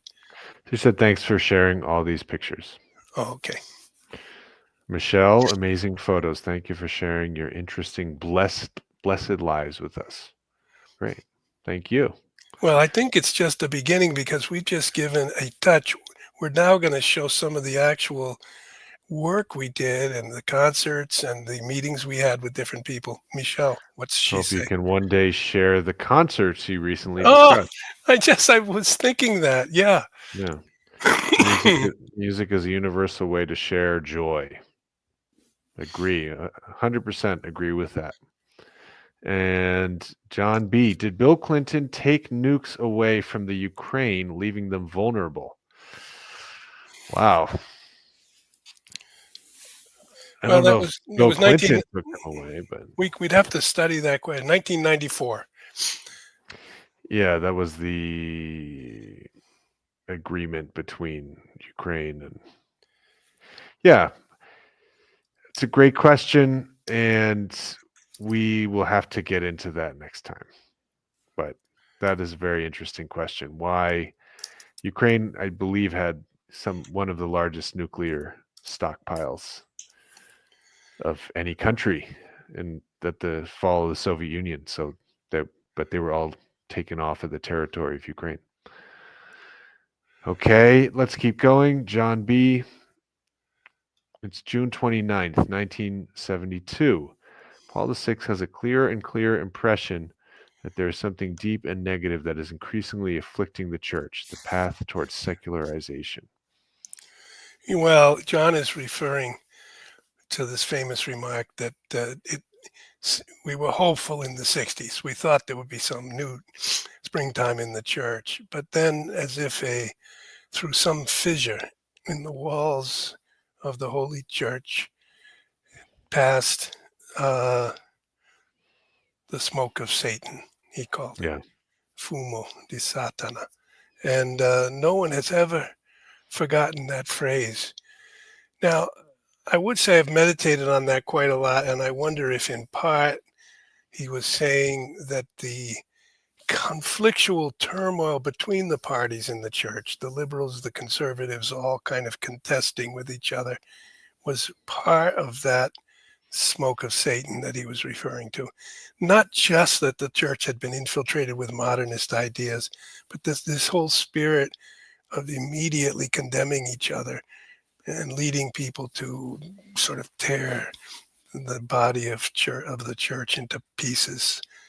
But there's Yeah. no question that he was deeply concerned about the church and spoke those words for that reason. Yeah. Just on the last question about the nuclear weapons in Ukraine, the Budapest Memorandum was the agreement between Ukraine, Russia, and the United States, 1992. And yes, the agreement was that Ukraine and Belarus would be non-nuclear, and Kazakhstan would be a non-nuclear state as well. Why do you say that with such vigor? Because I'm in Kazakhstan. You are in Kazakhstan. I think we should end by maybe could you bring up a map of Kazakhstan and show us more or less where you are? Sure. Let's see. I have it. Yeah, I have it here. All right. Here we go. 1 minute. Yeah. So so Budapest Memorandum it was basically they would remove the nuclear weapons in exchange to guarantee the Borders. territorial integrity of those countries, which didn't really happen. But that's a whole other Well, that's okay. topic. That's I do think there's much that could be said about that. But here we go. Yeah. This is Central Asia. Those red and orange areas on the right are the Himalaya mountains. Yeah, well, it's in the far bottom right would be the Himalayas, and then it's different connected mountain ranges, like the Pamirs. The Pamirs are in Tajikistan. In Kyrgyzstan, it is where the Pamirs turn into the Tian Shan mountain range, and then there's two main rivers that flow through Central Asia. The first is called the Sir Darya, which is in the north, going to the Aral Sea, and the lower one is Amu Darya, which is in Uzbekistan. Okay, well, just before So we end this program, and there's so much we could say, and I'm sorry that we don't have time. It might take years, but I think we'll go forward next week. But what in the middle there is that? First, tell us exactly where you are, and then this thing called the Aral Sea. There's a story about the Aral Sea. Why don't we end with that and explain? You see that right? I'm yeah. So where we see Lake Balkhash, I'm located just to the south of that lake. So right on the northern edge of the mountains and to the south of Lake Balkhash, where the city of Almaty is located. Okay. And Almaty, yeah, Have you been in the mountains?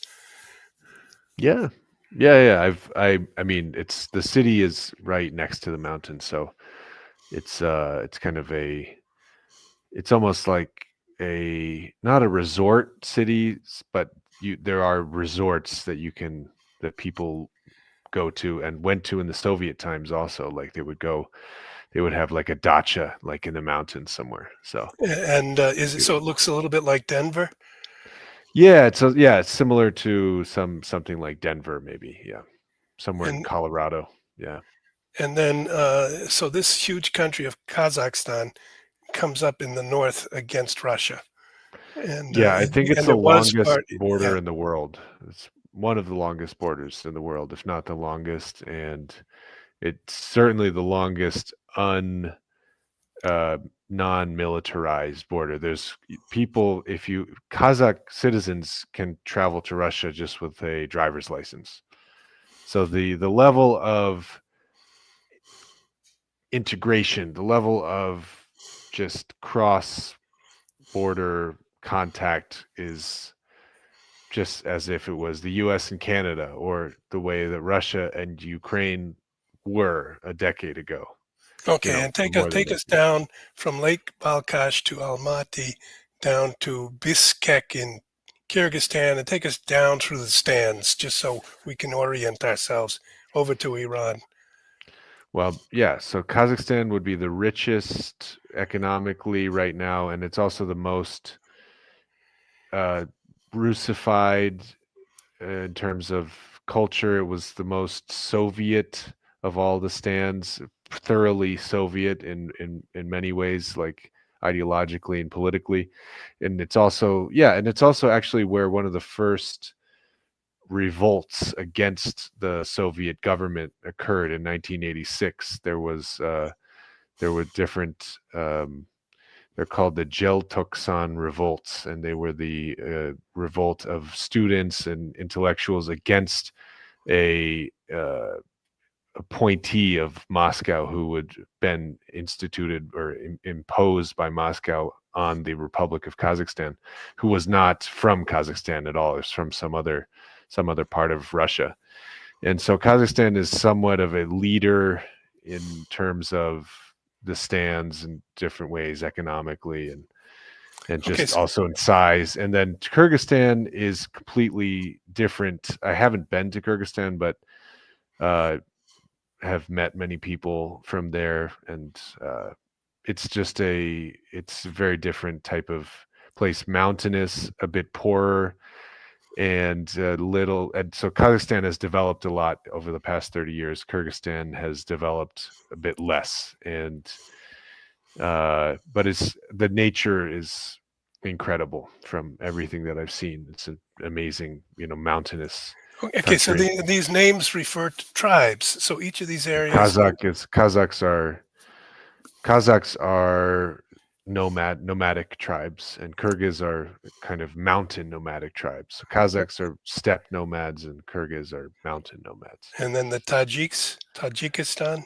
Tajiks are not Turkic people. as Tajiks actually speak an Indo-European language, which is almost a dialect, or it's what you would call it in linguistics is a pluricentric language. Of Persian would be one of the centers, and the second would be Dari, spoken in Afghanistan. The third would be Tajik, which is spoken in Tajikistan. And those are actually just three different dialects or three different variants of basically the same language, which is Okay, and Persian. then So Tajikistan is, the Afghans are there at the bottom. That's another tribe, the Afghans, Afghanistan. And we, the well, Americans, yeah, were the it's many, Russians, the many tribes. Americans. Okay, go explain that just a bit. Well, in Afghanistan, there's two major languages, which is Dari and Pashto. Dari, like I said, is a kind of variant of Persian. It's one of the centers, another kind of language center of this pluricentric language of Persian. And so they have this Persian culture. They have complete mutual intelligibility with Persian spoken in Iran. If they Okay, speak Dari, Iran is over there on the lower left, and yeah. Iran and So the Persia three are countries the, at the bottom, Tajikistan, Afghanistan, and Iran, there are many smaller languages spoken in all of those countries, but the dominant language in each country is a version of Persian. So they all understand each other. okay, and then the Pakistan is the Paki. What's that tribe? Well, Pakistan would be, they speak Urdu, which is not, it's influenced by Persian, but closer to the Indian languages, like North Indian languages, like Hindi and Urdu, again, are another pluricentric language. And they go back So, to Sanskrit eventually. yeah, Sanskrit and Persian are they're different, but there's a lot of similarities just from the being being in neighboring countries. Also, the Aryan tribes that came into India were also speaking a kind of proto-Iranian language. So the Okay, history is if you go back far enough, all of these groups were very closely linked to each other throughout history. okay, The then so the Tajiks, the Afghans, the Pakistanis, and even the yeah, North Indians are very closely linked. well, And then yeah, there's, then they were also conquered again, like the tribe that conquered North India. The group that conquered North India was the descendants of Tamerlan, who was originally from Uzbekistan, but he was also a Persian speaker. So okay. Persian was spoken all the way from Uzbekistan all the way to New Delhi and all the way to Iran. So by Persian you mean Iran, Persia, that's Yeah, down there, and yeah. we're interested in Iran and Persia because it's in such a tremendous tension now. Also in the Middle East, we're worried about violence there, but Turkmens and Uzbeks are above there. Yeah, so Turkmens and Uzbeks are not. So the way that I divide it is between the Persian speaking groups and the Turkic speaking groups. So Uzbeks and Turkmens are both Turkic speaking, and Uzbeks are pretty closely related to Kazakhs. Just the main difference historically is that Uzbeks were centered on more the Silk Road cities like Samarkand and Bokhara and Tashkent, and Kazakhs were more uh, located north on the steppe, and they were a bit more nomadic. And Turkmens speak a language that is a bit further away from Uzbek and Kazakh and a bit closer to actual Turkish spoken in Turkey.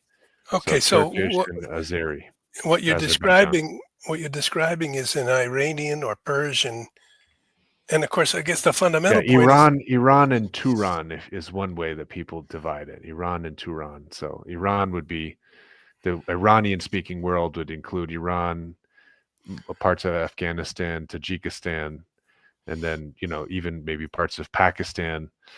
And the Turanian world would include Turkic-speaking groups like Turkmenistan, Turkmens, Uzbeks, and Kazakhs, and other Turkic Okay. groups. So there's these large linguistic and ethnic groups. Do we ethnic? Okay, so Iran is not Arabic. That's the one main thing. Iran became Yeah, now a Muslim country. We think of Iranian Muslims, but they are quite different because they are from an ancient Persian culture. There was the yeah, Empire of Persia, and the Arabs were on the left side there of Iran, the Arabic world, Saudi Arabia center, who yeah. I mean, had Persian is an Indo-European language. Persian, the word for brother in Persian, if I am not totally wrong, is brother, something like that.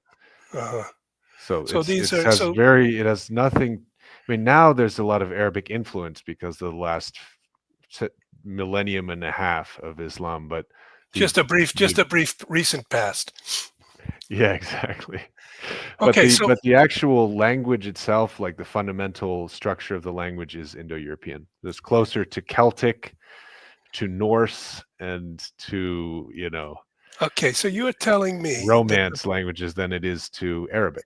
the Iranians are closer in their cultural and linguistic roots to At the least in their linguistic roots, for sure. And Celts and the Nordic yeah, peoples. and than- in the ancient mythology also. Okay, so this means in a sense that Iran and also India were two cultural empires which started to have influence toward the north. But these peoples in the north who were not so populous had their own tribal lives. And then Yeah. further to the north were these Russians who somehow emerged in the 1700s and 1800s and came down finally to control more or less Kazakhstan and I guess also to some Yeah. extent Uzbek. So All of it. All the way down to the Pamirs. The Russian Empire just expanded until they found a natural border. and then at Afghanistan, there was a kind of struggle over that. First, the Yeah. Soviets were there, and then the Americans came in. A lot of our Well, there was the Americans. British. Yeah, there were Okay, British. It was a British protectorate, basically. It was kind of a British puppet regime in Afghanistan until World War One, and then after World War One, it was kind of destabilized. But and then it became again like part of this Cold War tug of war between the British Empire, the Russians, and then the Americans, and yeah, okay. And then if Afghanistan. we think of vast sort of ethnic groups, we think of India and the Indian Yeah, peoples. Then we think of China, and they're already Oriental in a sense, Eastern peoples. And China is up there, halfway up yeah. already. Is the China's here on the map as well. and China's at the then east. This we is think far western China. so. Then we think of these other stands as Turkic peoples in the northern part and Persian related peoples in the southern part, correct? Yeah, exactly. Yeah, so the northern part is going to be mostly Turkic speakers, and the southern part. So, and those languages have, you can almost hear it instantly when, if you get familiar with the languages, you can hear when it's a Turkic language and when it's a Persian or Indo-Iranian language, as they call it. Okay. And so what's happening in the sort of cultural and economic political osmosis in these regions is that the Chinese sphere, the Russian sphere, the Arabic Muslim sphere, then the Iranian Persian Muslim sphere, and the Indian sphere are all hinged precisely in these stands. Yeah, And the Americans then and the Western powers have also, the British, have also been introducing a certain amount of their interest into this region. And this is why we call this the Great Game. yeah, From yeah, this, absolutely. and then connection, travel, and communication will either be by sea, by air, and by internet, or it'll be by land across these red train routes that you're showing here. Yeah, I mean, I think that I think that the main thing is that it was so it was so thoroughly under the control of the Soviet Union for such a long time, almost, all of the 20th century. I mean, there were times when there was even during the Russian Civil War, there were many different groups in Central Asia that were basically saying, let's not join the Soviet Union, let's try to be more of an independent entity. But basically from 1922 or so until the 1991 breakup of the Soviet Union, these were very thoroughly controlled areas. And now, and that was kind of keeping the whole thing together. And then after 1991, there were a lot of conflicts that just surged, that came up between different ethnic groups, especially like in Kyrgyzstan, Uzbekistan, Tajikistan. That's why the borders of those countries are actually so, you can even see little places where the border goes around another border, and they have a little circle where one village is like an enclave of Kyrgyzstan, but it's in the middle of Uzbekistan or something. And so there kind of was a vacuum after 1991, and different other regional powers are trying to fill the vacuum, like China and Iran and Turkey. There's so many Turkish schools and universities here in Kazakhstan. It was very surprising when I first got here, and I realized how many Turkish lyceums are in Kazakhstan. All right, let's recapitulate here again. You are in Almaty. Let's look at that. Just so you are on the right side there. Yeah, there. Can you show it? I don't know if you can see my, So China is what, about 30, 40 miles? Yeah, to the east. To the east. Kyrgyzstan is to the south, then Tajikistan, and then you come to Afghanistan. Then your country, is it nice to live there? Or how westernized is it? Is it you using Russian language or Kazakh language every day, or do they use English? Well, the university that I'm teaching at is a pretty high level international university, and it's pretty unique as far as even for this region. So they have about 50% international faculty. So I would say it's a Western style university. So probably something like more than 50% of the classes are in English, including the classes that I teach. And then 25% maybe are in Russian, or 25% are in Kazakh, something like that. Maybe even more in English. But out in the streets, what about in the streets? No, in the streets, it's probably 60-40 Russian to Kazakh, if not 70-30. But that's only true of the major cities in Kazakhstan. In the countryside, it's 90% Kazakh. People will still understand Russian, but they will mostly be comfortable speaking. And each of these peoples have a separate language. The Kyrgyz, the Kyrgyz, the and Uzbeks. Those are separate languages. Well, Tajik is a form of Persian, and then Kyrgyz, Uzbek, and Kazakh are all different Turkic languages, which are about as different from each other as maybe, French and, Spanish, Portuguese, Italian, and something like that. Okay, got it. Yeah. And then can you just go back up a little, come out, scroll out a little and show the Aral Sea. The Aral Sea there. And now in the other map, there were two little blue spots, and that looked a lot smaller. Now, what is the deal? Isn't the Aral Sea? Didn't you want to make a film about the Aral Sea? Yeah, I am planning to make a film about the Aral Sea. As soon as we get funding, we will go ahead with it. And how much would you need? Probably like 10 or 20 million, maybe less.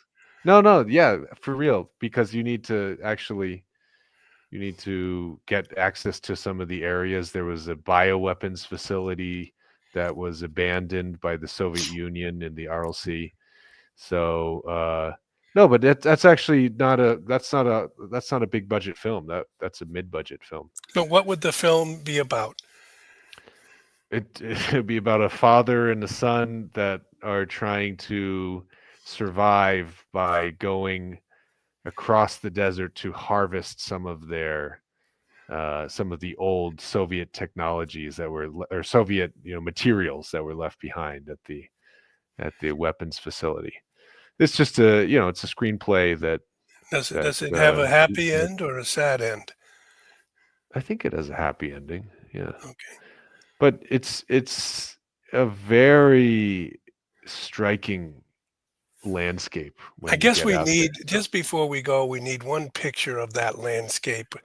Is it What's the possible? they said? What's the predominant religion? The predominant religion is Islam, but it's not very. I would say it's the society is more Soviet than at least Kazakh society is more. There was the Soviet dominant Soviet presence versus Islam, but yeah, and then there's also a Russian Orthodox minority as well. There's Russian Orthodox churches, there's mosques, and um, yeah, and there's other religions as well, smaller groups of other religions, and then there's even traditional shamanic um, practices as well. But I think overall, Islam is different. Uh, Gulf states, for example, are funding more Islamic institutions, so they're trying to kind of export their more, Militant. more kind of Saudi Arabian style Islam, like uh, Wahhabi Islam or whatever version of Islam that they're trying to export, because it was a kind of cultural Islam more than really hardcore Islam, I would say, for in the history of Central Asia. It was culturally Islamic, but they were always kind of receiving so many influences from different places that it wasn't a kind of it wasn't the same type of Islam that you find in Saudi Arabia, for example.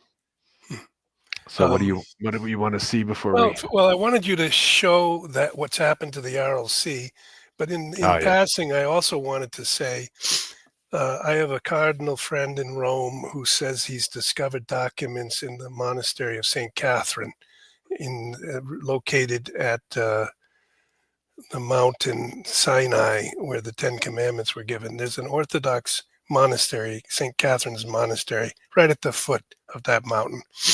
And they've got almost 7 or 8, 16, 1700 years of history. And they've got documents in that monastery from the 300s, 400s, 500s, and 600s. And he says he's discovered documents signed by Mohammed himself.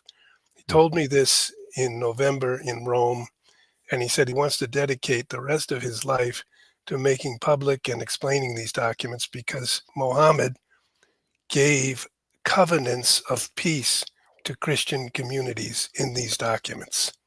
Okay. Anyway, we'll come back to that. I'm going to try to. The cardinal, however, is dying, and he's asked me to try to help him, and I just don't have time because there's so many projects I'm working on. I just wanted to mention it, to put it out there. We're going to try to go forward with it. We'll try to have an article about it, etc. But this relation between Islam and Christianity seems to me to need a kind of reset as well. I Yeah. don't want to. I don't Yeah, want to have.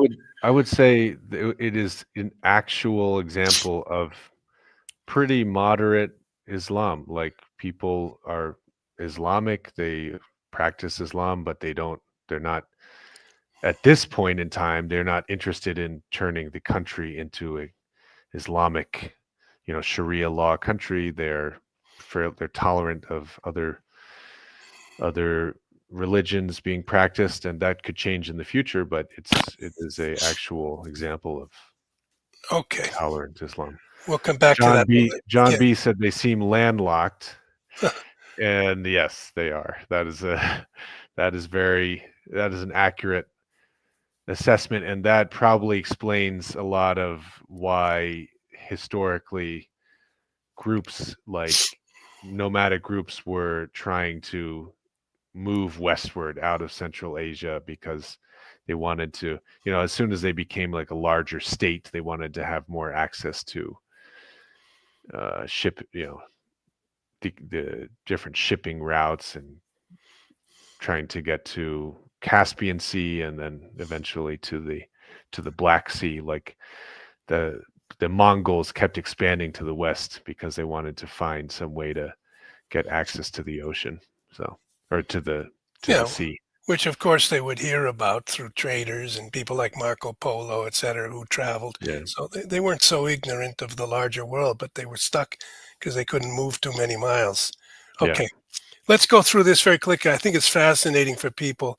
It's also one of the most environmental disasters that have ever occurred in history, and then we'll leave with that and come back. Go ahead. Yeah, well, this is just the shrinking of the Aral Sea, and the Aral Sea was one of the largest inland seas in the world, and it was actually providing a lot of the fisheries. So, like people in all throughout Central Asia and even Russia were being fed by fish from the Aral Sea. And then sometime in the 1950s or 60s, the Soviet government decided that they needed to make sure that Uzbekistan could become a leader of cotton production. So Uzbekistan, even to this day, there's this southern river, the Amu Darya, which you can maybe see in these little images. And so they irrigated, they created hundreds or thousands of square miles of cotton uh, plantations, so that they could grow cotton and have cotton, I guess, independence for the Soviet Union.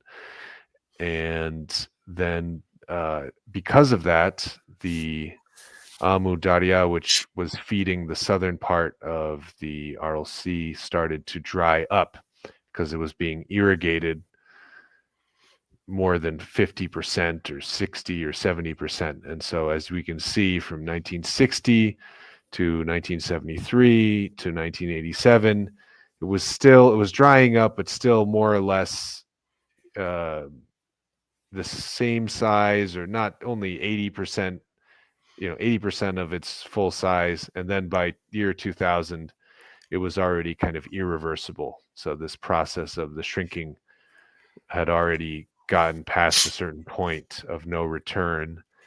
And I think now it looks just how it looked in 2009. There's still that little part of the northern Aral Sea in Kazakhstan. So the border here is this red line is the border between Uzbekistan and Kazakhstan. So But do you have in some Mhm. but there's still Uzbekistan is still a large producer and exporter of cotton. So if they actually let the water all the way through, nobody really knows what would happen. In other words, it could restore the Aral Sea. Yeah, possibly it could. Nobody actually knows, because since they created this huge cotton growing industry out of nothing, they changed the environment so much that it's impossible to know what would happen without all of those changes that they made. But would you, in your heart, like in some way to have the desert that has been created out of the bottom of the Aral Sea turned back into a sea with fish and life in it? I mean, I think it's quite a both metaphorical and also just direct commentary about like what people can do to the environment, and especially what the government. This decision was made by the Soviet government, so they really had they didn't even care about what was going to happen to the local people that were depending on this. Could you just call up one picture of a boat on the Aral Sea, just stranded, and then we'll go. I appreciate everyone being so patient with us. It's a small community that we formed. We have some people saying they enjoy it, that they'd like to hear more from us in the future. It's a little conversation we're having that we wanted to do anyway between ourselves, and now we have a little community, and it really is gratifying. And we tried to be focused and more thoughtful. We've got a lot more things to say, and if Christopher can just show us this one image of a stranded boat in the Aral Sea, I think it'll be maybe important for your memory in your lives.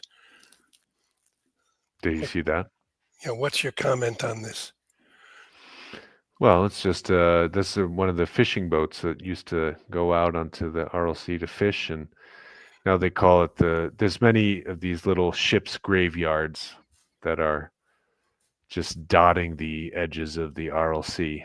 It's now called the Aral Desert, the Aral Kum. And that was gonna be the title of your film, I think.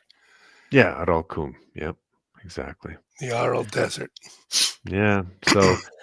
So yeah, it is a tragedy, but I think it could also something in the future could be restored, and I think that it's just a lesson of kind of human ambition and human hubris and greed and ignorance leading to a lot of unintended consequences. But I have nothing more to say. That's beautifully put. And I thank everyone for listening. It'd be wonderful if you could click on a like button on the video and come back and see us again, send us messages, ask us to focus on other topics of interest to you. And we're going to somehow help our own friendship by having this imposed meeting, because some months were passing without us even speaking. So this is actually also done for ourselves. Thank you very much. Thanks, everybody.